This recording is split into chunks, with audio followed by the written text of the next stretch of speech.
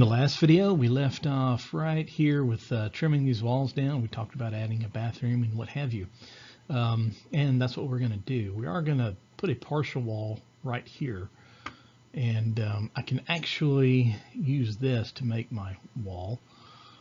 And I'm going to offset that. This little piece right here. I'm going to offset 4 inches.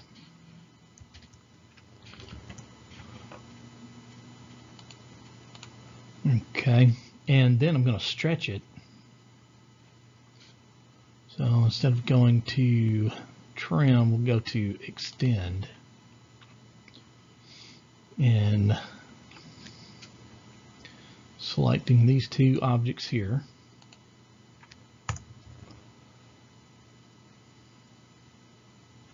And we're going to extend them to right here.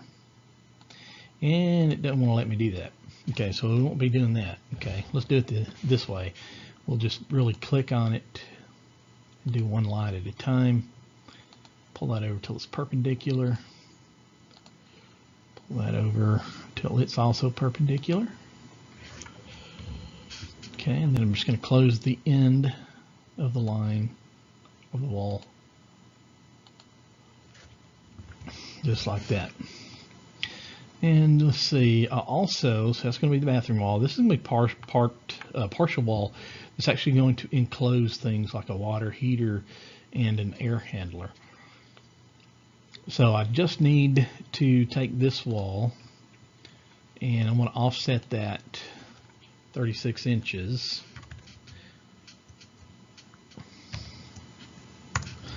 Actually, let's go there, 36 inches, and then I need to do this one as well.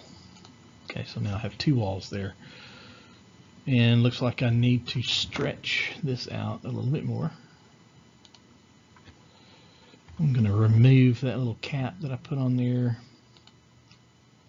And when you stretch these lines, when you're just stretching the line itself, you click on the line to make it highlight and turn blue, and you get these little grips on the end.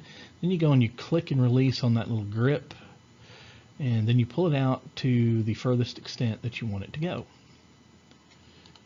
Okay, doing the same thing again. And we need to close this up right down here.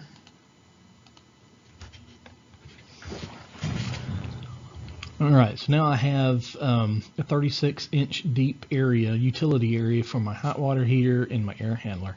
36 inches is, a good average, roundabout number to put in there. This is going to be a small cabin, so it's not going to have a huge air handler in it. So I know I'm pretty safe with 36 inches. And that 36 inches should give me plenty of clearance in the front and the back of the equipment. And then plenty of room to work on the water heater should that need maintenance. And that's the key when it comes to placing things like that is, and it's in the code, is that they have to have so much clearance in the front, and then like about 3 inches of clearance in the back. I believe the front is 6 inches from, basically the wall from the surface. So if I was going to put a air handler here, it would be 3 inches from the back wall, 6 inches from the front wall here. There would actually be a door so that they could service the equipment right here. And then of course also, which we'll get into later, there has to be clearance out here as well. But we're just building a house, or building a little cabin here at first. Alright, now I'm going to do some trims.